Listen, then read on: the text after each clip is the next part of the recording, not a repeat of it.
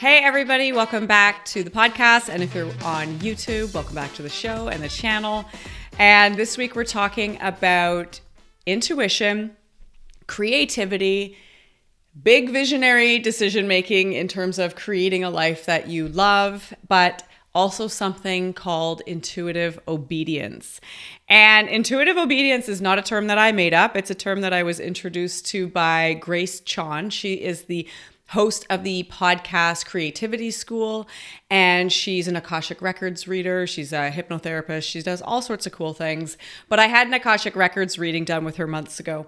And one of the things she talked about with me, and when I say talked about, I mean like called me out on, was my lack of intuitive obedience. And she hit the nail on the head. She said, like, you're very good at getting intuitive downloads. You just know things. And it's true. I will have this sort of claircognizant moment where it's like information just pops in my head and I know that it needs to happen or I need to do something or something, this will lead to this.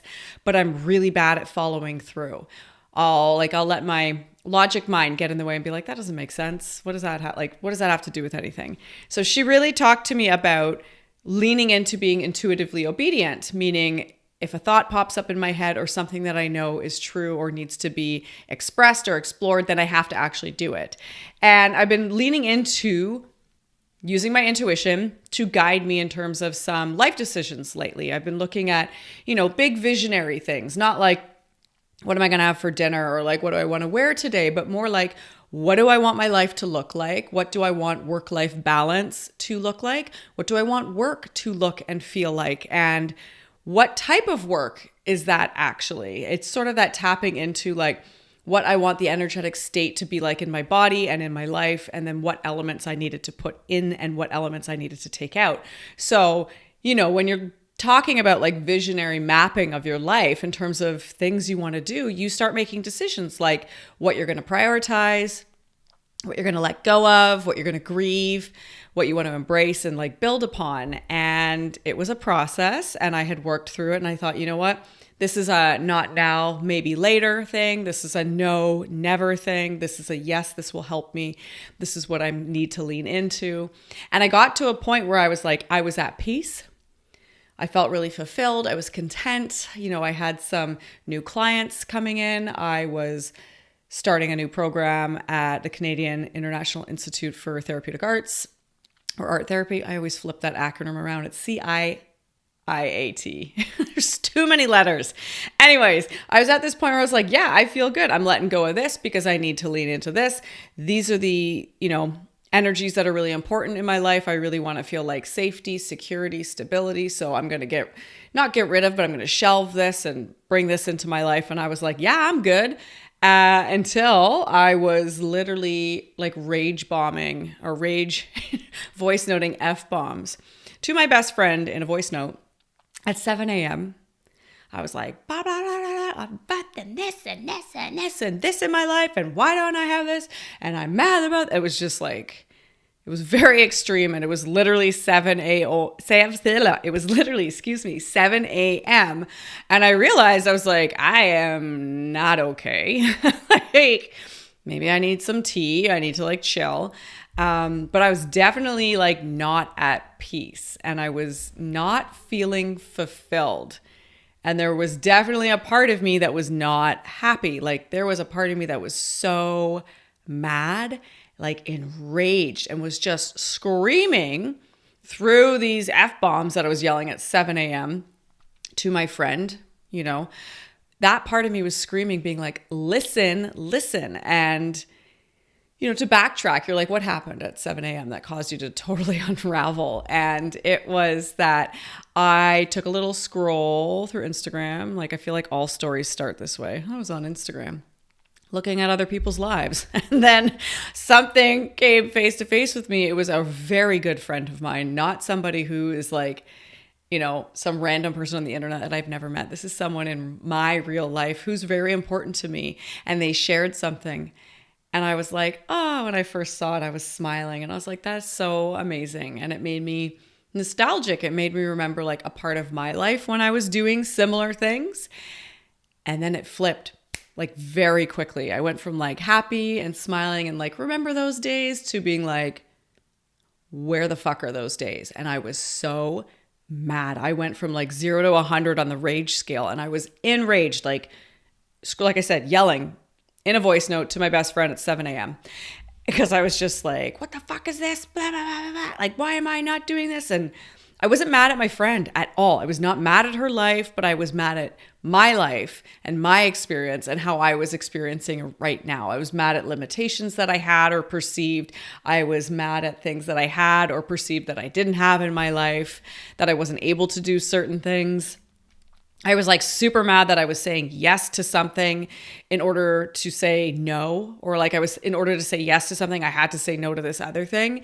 And I was just like so pissed off at this path that I was just about to walk down in my life. And it took a while to like simmer down from that. But when I did calm down, I had some tea, had some breakfast, distracted myself and got my son ready for daycare. I got to the point where I was like not shaking anymore. And I chilled. I took a couple deep breaths and, like I said, sat sort of quietly with myself. Like, let's be honest, you don't go from like a fit of rage to being like, everything's zen. It doesn't happen that way. But I got myself down to a spot where I was like, let's detach a bit from what we're feeling and figure out like what the hell is going on. And yeah, I was mad. Like, definitely message received. I understood that part of me was mad, but I wanted to know like, what did that experience of anger mean? And what did it mean in terms of my intuition that was either being listened to or being ignored? And there definitely was a part of me that was screaming. It was literally like waving its arms, firing flares up into the sky, throwing a temper tantrum, basically like a 2-year-old, screaming like, hello, hello, hello, hello, I'm here. Can anybody see me? Can anybody hear me? Like, what's going on, right? Like feeling like you're completely ignored. And it was part of me that was a part of me from the past that I had sort of said, like, let's put this on the shelf for a little while, maybe indefinitely. But that part of me was not ready to die, and it was not ready to be put on the shelf. And it was a part of me that had not been invited to the table when I was making these big visionary decisions and life-altering decisions of what to prioritize and what to let go. And really, it was a part of me that deserved to be like on my internal board of directors indefinitely.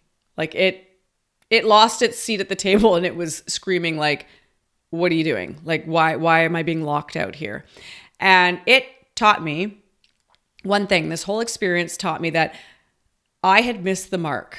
I had missed the mark when it came to making decisions from an intuitive source and a logical source. Like, it wasn't evenly balanced, because in my decisions to focus and to let go and to say yes, I had like forgotten that part of me that was really important.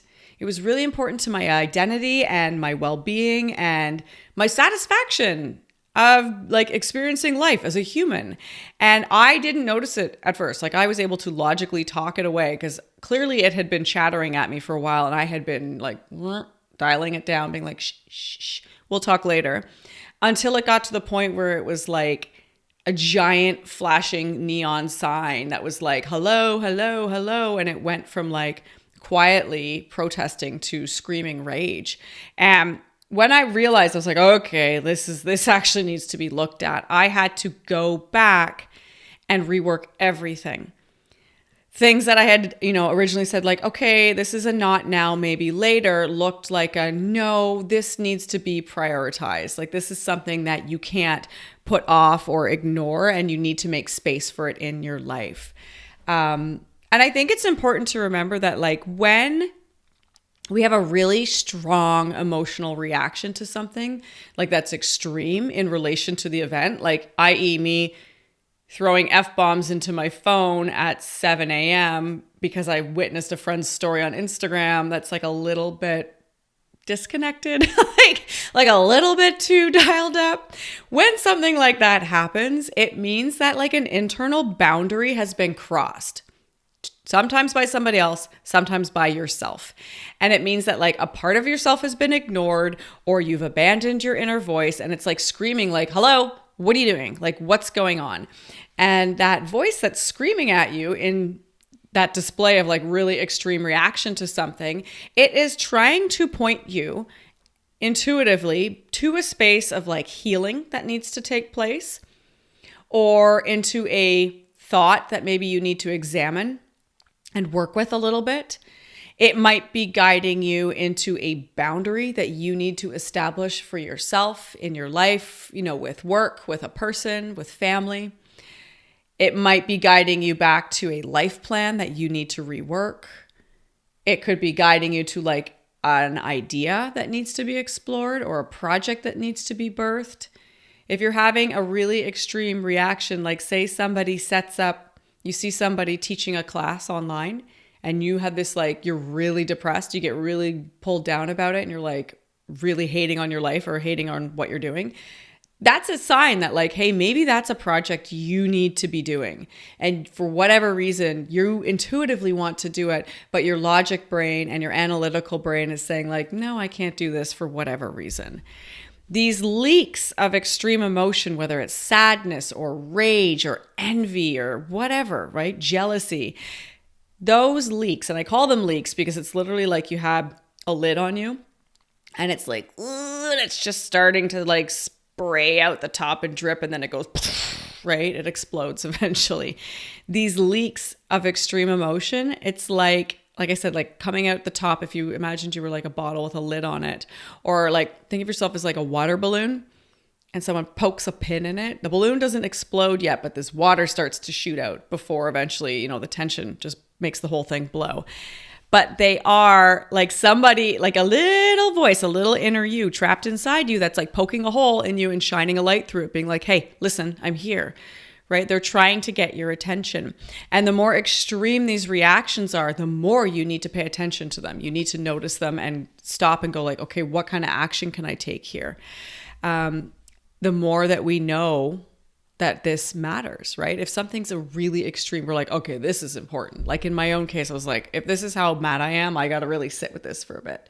But it's important to note that it doesn't always come, these like leaks of extreme emotion don't always come that evidently and that outwardly.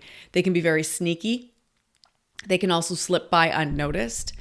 And sometimes this happens through like toxic positivity or forced gratitude, right? That's a way that our analytical brain and our logic can kind of dance around the things that we actually really intuitively want to experience and have in our life. So something I like to suggest is that, we keep a list, like keep a shit list, right? Because I think the hardest part is tapping into it and picking up on it before it turns into this big explosion. And that's the key. Like if I had followed my intuitive, like if I had been intuitively obedient and I had followed my intuition beyond, like before, when I was making these sort of life decisions, it would not have led me to this big blow up. When you get to that blow up space where you're like having a big screaming fit or crying fit, or you're like, everything sucks. When you get to that point, it's like you've gone too far. You've missed the opportunity to tap back into your intuition and make an aligned decision. That's like when the smoke alarm's going off and the entire house is already on fire, right? Like that's that space there. We want to learn to tap into it earlier, right? When we talk about, like when I said Grace was talking to me about intuitive obedience, she was really talking to me about noticing the little things where I'm like, I should probably do this, or I kind of am interested in this. Let me look at this website about this. I wonder how much a flight to here is, or like whatever it is. When these little thought drops come into our head, we need to investigate them. We need to not necessarily act and follow through. Like it doesn't mean you think like, that would be an interesting class to teach, and then all of a sudden you put a class together and you launch it. Like, no, that's maybe going a little too far. But give it a space at the table. Like pull up a chair and be like, okay, sit down. Let's look at this a bit. Let's explore it. And one of the things I like to do to sort of train my brain into tapping into that is keeping a list, like I said, a shit list. So things that pop up during the day that maybe kind of annoy you or make you feel kind of like, that's not great, or I wish I could do that. Like smaller dialed down versions of this extreme emotion of rage, jealousy, or whatever. So keep a list of the things that annoy you, the things that make you mad, that sort of, spark like a little twinge of jealousy. Just document it all the time. Like even if you see something on Instagram or wherever, and you're like, I wish I could do that. We often go like, we have that moment, and then we're like, oh, well, I won't because I do this. And we don't think about it. But if you keep a list and you start recording all these times that these little things happen, over time, you'll start to see some patterns. So things that might seem like seemingly unrelated will have a thread that goes through them. So like you may find over the course of the month that you're getting triggered when you see people posting content that leans or sort of hints towards solitude and peace. They're at a yoga class, they're on a retreat. Maybe it's like they're having a cup of coffee with like some beautiful scenery around them. Or they're just saying like quiet morning, walking the dog. And like those don't sound related. Someone sitting by the lake, someone walking the dog, someone in a yoga class. But the thread that goes through them all is solitude, peace, time to themselves. And maybe that's your, intuition telling you, you need to prioritize time to yourself. Maybe you need to take a day off, or maybe you need to work on putting days off into your schedule all the time. Or maybe you find that like you're heartbroken a little bit, you feel a little like soul crushed, like, just sort of jaded or whatever when you see people opening up like brick and mortar style businesses. Someone opens a cafe, somebody opens a gallery, somebody takes their, nutrition counseling thing into like the real world, or you see them doing a workshop in like another business. And maybe that lets you know that online business model is not really your jam. Maybe you need to be like in person working with people. That happened with me. I was seeing certain things and I was like, what is going on? Because none of these things were really related. And I realized I need to be with people physically in a space. Not all the time, but sometimes. There was part of me that was craving that like person to person energy exchange. It's different when you're working, especially with creativity. And that's what led me to pick up a job teaching an art class. So I teach an art class every other afternoon for an hour, just in my local neighborhood, working with teenagers from 14 to 19. They're all kind of put together. And that isn't something I wouldn't have been like, I left teaching. I was a teacher for like 15 years and I left teaching, and I would never think like, I need to go back and be an art teacher. But I was sort of getting these intuitive pings that were like, you need to be doing something with people physically in a like in-person space. It's got to have something to do with creativity. And my like soul probably was craving that kind of human connection and that kind of, like I said, energetic exchange. So it led me to reach out to this local school down the road. And then when they said, hey, we don't have this, but would you be interested in this? I was like, yeah. And you know what? If I hadn't become aware that that was something that my intuition was trying to tell me that I needed, if they had reached out and said like, hey, do you want to teach this art class? I would have been like, no, I have an online business. Like, why would I do that? But it came in and I was like, yes, absolutely. It's perfect. It's exactly what I need. It's 1 hour every other day. It's 5 minutes from my house. Sign me up.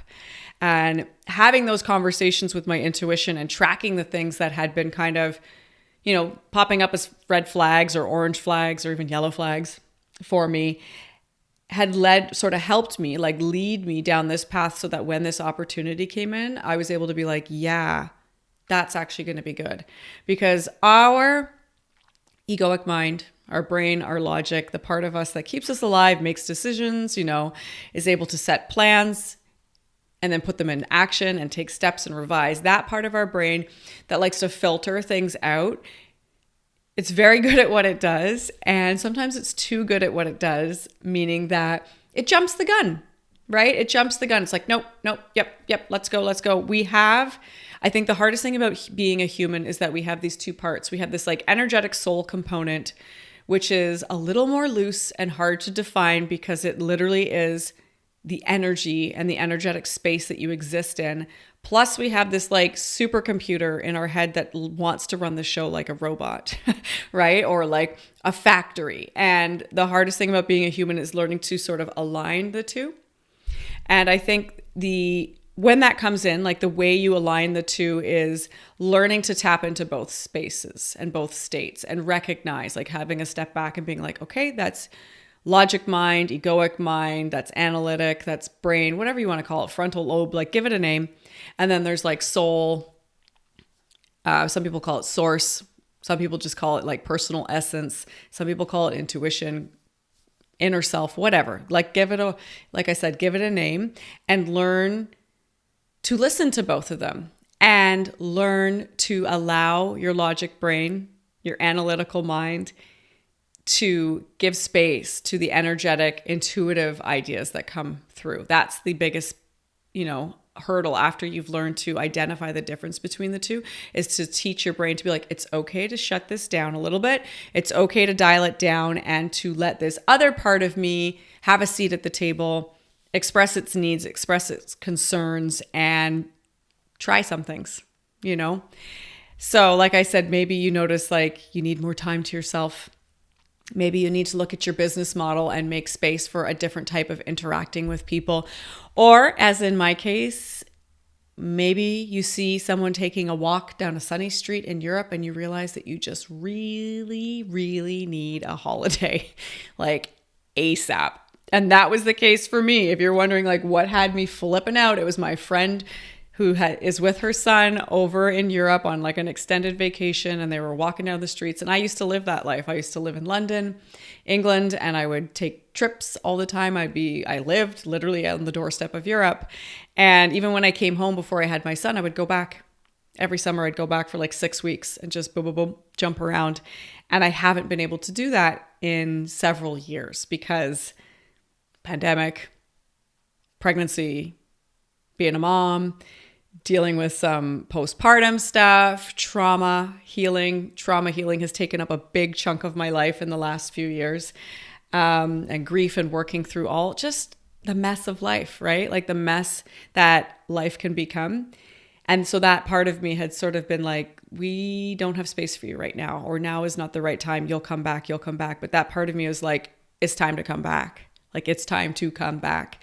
And I think now that I've witnessed it and said, okay, come on, let's like jump on board. You got a seat at the board of the directors. Does it mean I'm going away right now? No, I'm not going away next week, but now I'm looking at how I can work that into my life plan, finding ways to take and not just take longer holidays, but prioritize them.